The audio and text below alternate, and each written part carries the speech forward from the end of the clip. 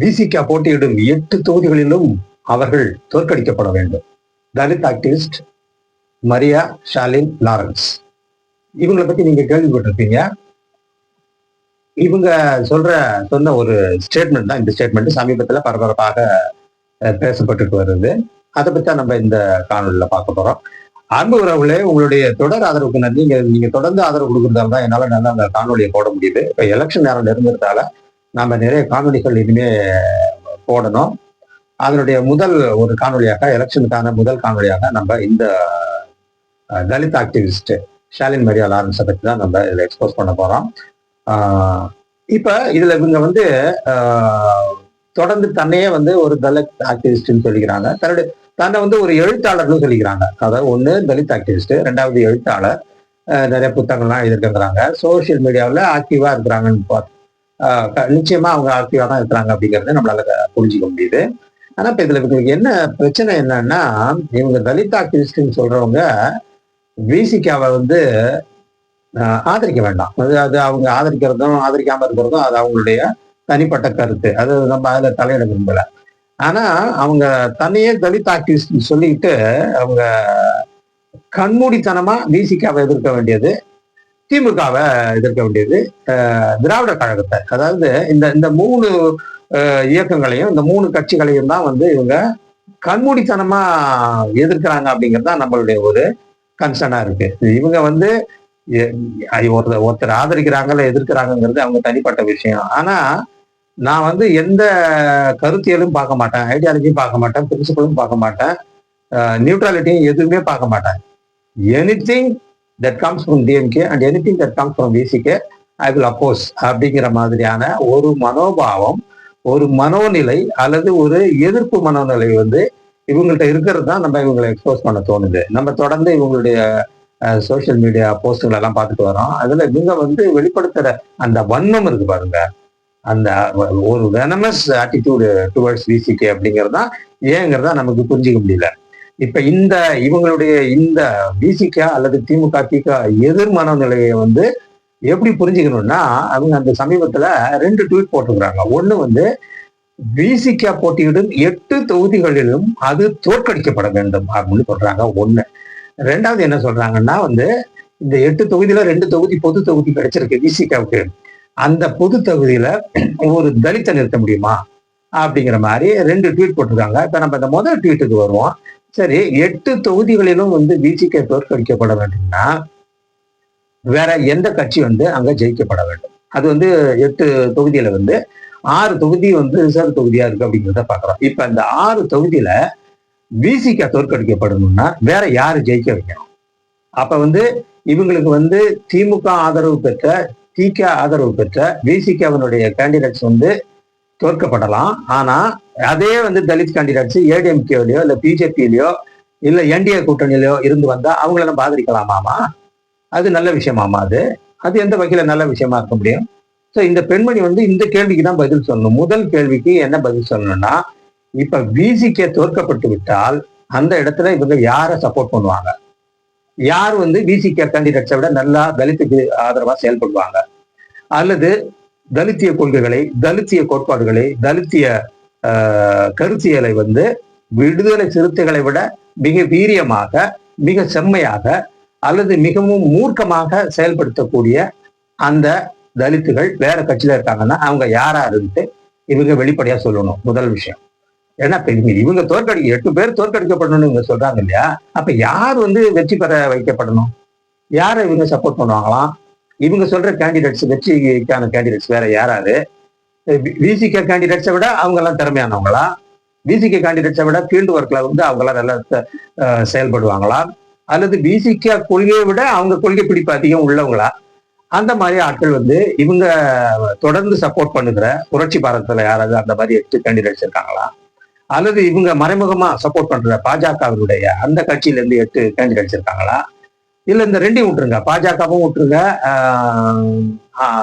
புரட்சி பாரதத்தையும் விட்டுருங்க, அதிமுகவுல வேற யாராவது தலித்துகளுக்காக, தலித்திய கொள்கைகளை, தலித்துகளுடைய மேம்பாட்டுக்காக உழைக்கக்கூடிய வேற யாராவது 8 பேர், இன்க்ளூடிங் அந்த 2 பொது தொகுதியில் இருக்கவங்க யாராருன்னு இவங்க லிஸ்ட் அவுட் பண்ணி சொன்னாங்கன்னா நம்ம அவங்களுக்கு சப்போர்ட் பண்றதுக்கு நல்லா இருக்கும்.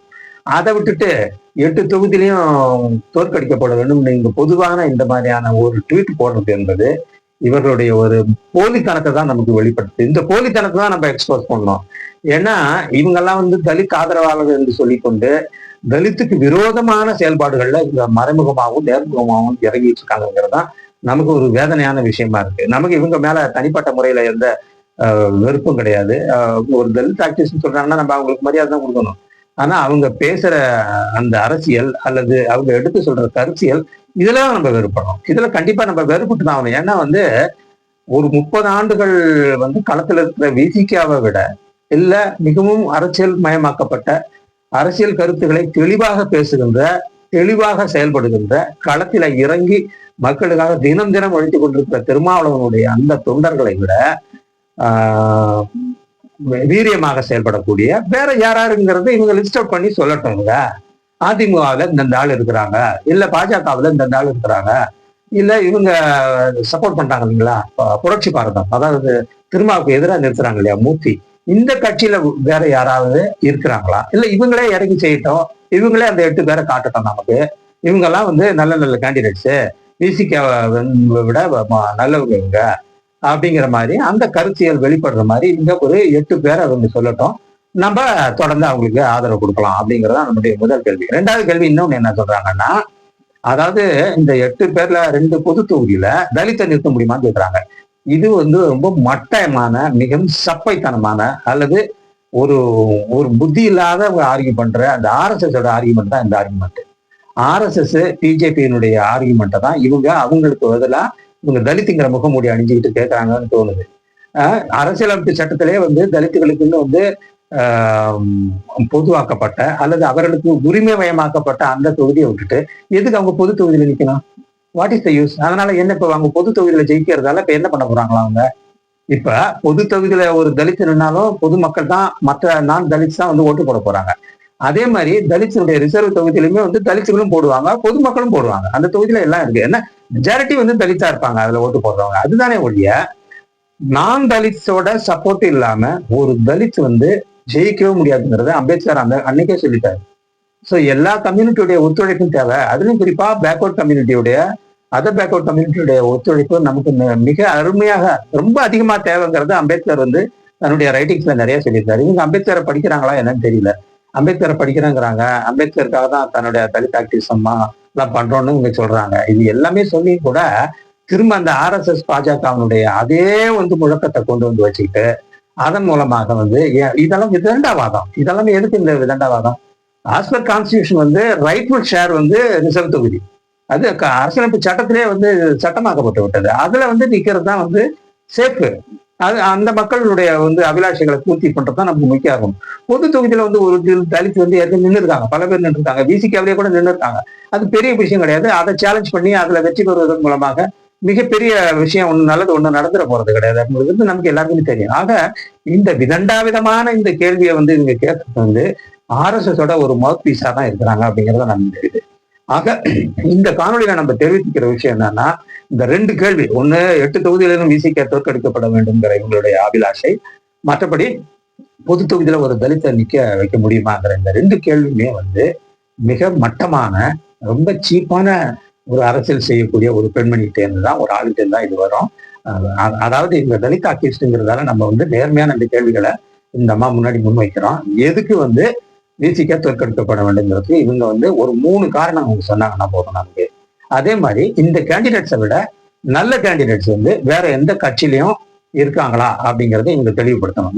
3வது மிக முக்கியமான கேள்வி, திமுக வந்து தலித்துகளுக்கு எந்த வேலையும் செய்யலைன்னு இவங்க நம்புறாங்கன்னா என்னென்ன வேலைகள் செய்யல அப்படிங்கிற வேங்க வயல்லாம் விட்டுருங்க. வேங்க வயல் வந்து அது சால்வ் அந்த இஷ்யூ, அதெல்லாம் எடுக்காதீங்க. மற்றபடி இந்த 75 ஆண்டு கால திராவிட முன்னேற்ற கழக அந்த கள அரசியல் மற்றும் அரசியல் 2த்துலயுமே சேர்ந்து வந்து தலித்துகளுக்கு அவங்க என்ன செய்யல, மற்றவங்க செஞ்சதை இவங்க என்ன செய்யாம இருக்கிறாங்க, அல்லது இவங்க திமுக செஞ்சதை மற்றவங்க எல்லாம் இதை விட அதிகமா செஞ்சிருக்காங்க யாருன்னா அவங்க விஷயத்தையும் இவங்க சொன்னா நம்ம அதுக்கு பதில் சொல்றதுக்கு எதுவா இருக்கும்.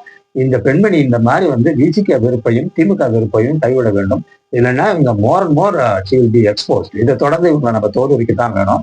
ஏன்னா இவங்கெல்லாம் வந்து தலித்துங்கிற பேர்ல இந்த நீலசங்கி பாலிடிக்ஸ் பண்ணிட்டு தலித்துக்கு விரோதமான, தலித்துக்கு துரோகமான செயல்களை தான் இவங்க செஞ்சுட்டு வராங்க அப்படிங்கிறதான் நம்ம இந்த நேரத்தில் சொல்லிக் கொள்கிற கருத்தாகவும், அடுத்தடுத்த அமர்வுல வேற ஒரு விடயங்களை பார்ப்போம். நன்றி, வணக்கம்.